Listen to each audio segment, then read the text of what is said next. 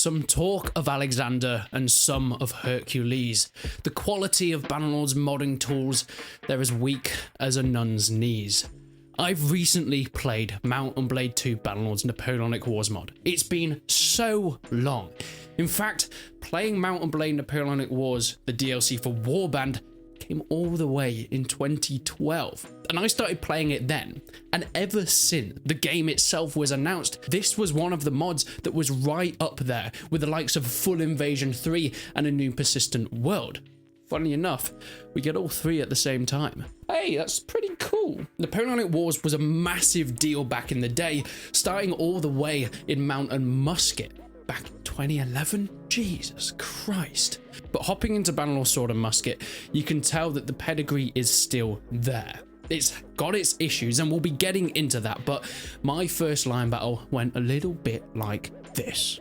We hopped in. I was playing with the regiment, the 73rd Regiment of Foot, most of them German, but playing as a Scottish Highlanders, because what's a little bit of interracial mingling on the weekend? Loading in as the 42nd, I took my place at the back of the line. And look, I love an edgy joke as much as the next guy, but never have I seen such an obsession with past atrocities than with a group of Germans in Mount & Blade. Casual banter aside though, let's get straight into the battle. Following on, these matches work as private events. Every person you can see and is a real player, each picking their own regimental colours, whether you're playing as the 42nd Highlanders like us, the Rifles, 95th, Sharp's own, or on the pathetic French side, playing as the Legion de Vistule, or of course the Old Guard, that also ran away at Waterloo. Can we take a note? Can we take a note of that? As much as I like making fun of the French as the next guy, it is brilliant to have such passion within the game. People that want to recreate these battles in ways that I don't think any other game actually does. Lining up, firing in position, presenting arms and taking volleys to the face as you just stand there hoping that you don't get a lead replacement for your eyeball. Now, anybody that's played the Napoleonic Wars events back in the day might find a little bit of difference here. Normally it works on battle mode where you have one life. Once you're dead, you're out. However, in Sword & Musket, they play it more like a battlefield ticket system. In fact, that's exactly what it is.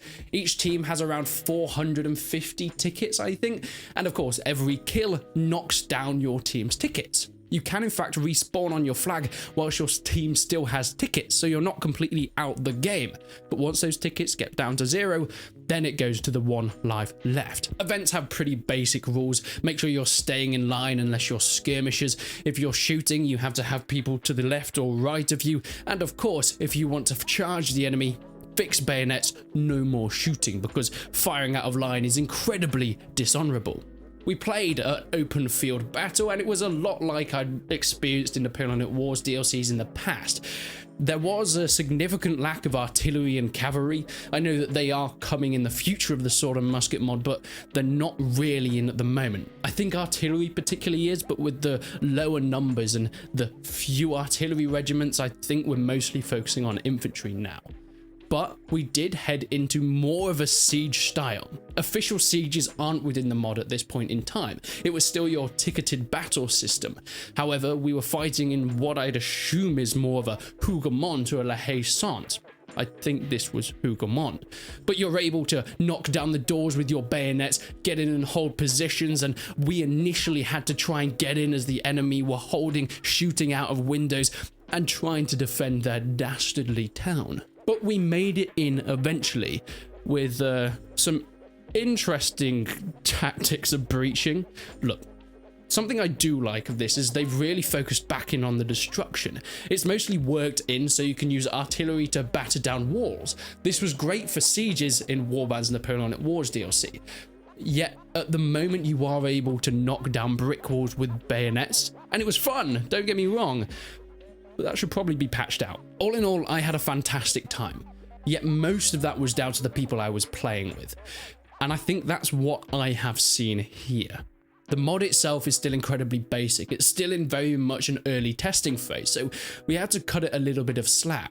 There's also the important detail that Tailworlds aren't releasing the full modding tools that these guys need in order to complete their modification, so they are held back and limited somewhat to what the developers of Mount & Blade are letting them use. Some of the biggest issues, like no full custom servers. I know Tailworlds went on a big tirade about how they're finally releasing custom servers so people can play their own custom games, but that's not really in. They've released a few specific ones to specific people, meaning that if you load up this mod in any time, you won't be able to play a game. There's no public servers for you to join. It's only these private events at this point in time.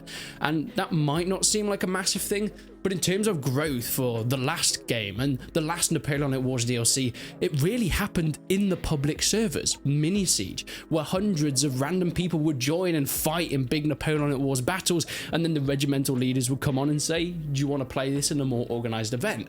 But that's not a thing here, because Tailworlds haven't fully released custom servers, and I think it is really going amiss. For whatever reason that Tailworlds have, the result is still negative for these multiplayer modifications. There are other smaller things, like if you want to have a banner above your head that's the same as your other fellow regiment members, you've got to type a sign and then your banner number in the chat. It's a little thing, but I mean, back in Napoleonic Wars for Warband, you're able to just click that banner when you're making your profile, something that Tailworlds haven't implemented just yet. Yet we can't all just look at Tailworlds and wait for them to do something. There are also some criticisms that I have for the mod developers themselves.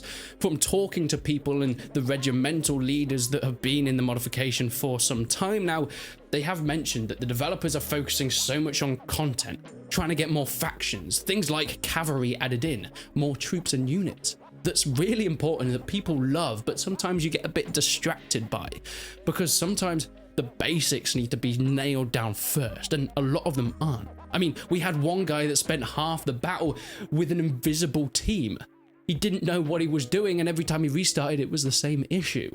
And those are things that need to be ironed out. These server issues, which granted probably are mostly down to Tailworlds, but need to be focused on as a basic need rather than the extra sprinkle of new content. But all in all, I think it's a fantastic start. I had a lot of fun, and hopefully I can see a big future for Sword and Musket. But there are some doubts. You see, the player base is still kind of weak at the moment, down to the lack of public servers and I think maybe advertising for the modification. But also the interest in Bannerlord's multiplayer isn't the same as it was for Warband. I think that's down to the lack of community servers, but also because there's a big rift within the modern community. A lot of modders for Bannerlord are fighting against each other, pushing into the hard rock rather than trying to actually work to create something bigger and one successful mod. You see, this isn't the only Napoleonic Wars mod. Guns and Powder also released at a similar time, and as far as I can see, they're doing almost identical stuff. And this is going to widely split the player base. An already small and kind of weak community is going to be cut down the middle by two mods that are pretty much doing the same thing. So this is to you, Guns and Powder and Sword and Musket devs. Put your egos to the side. For the community, you should probably work together on this. One modification that actually gets decent player bases and numbers going. Not having two options that do the same thing, because it's only going to hurt the longevity of your modification. After having so much fun playing Sword and Musket, I did eventually officially join the regiment, so there was potentially going to be more content on it in the future. So make sure you stick around for that.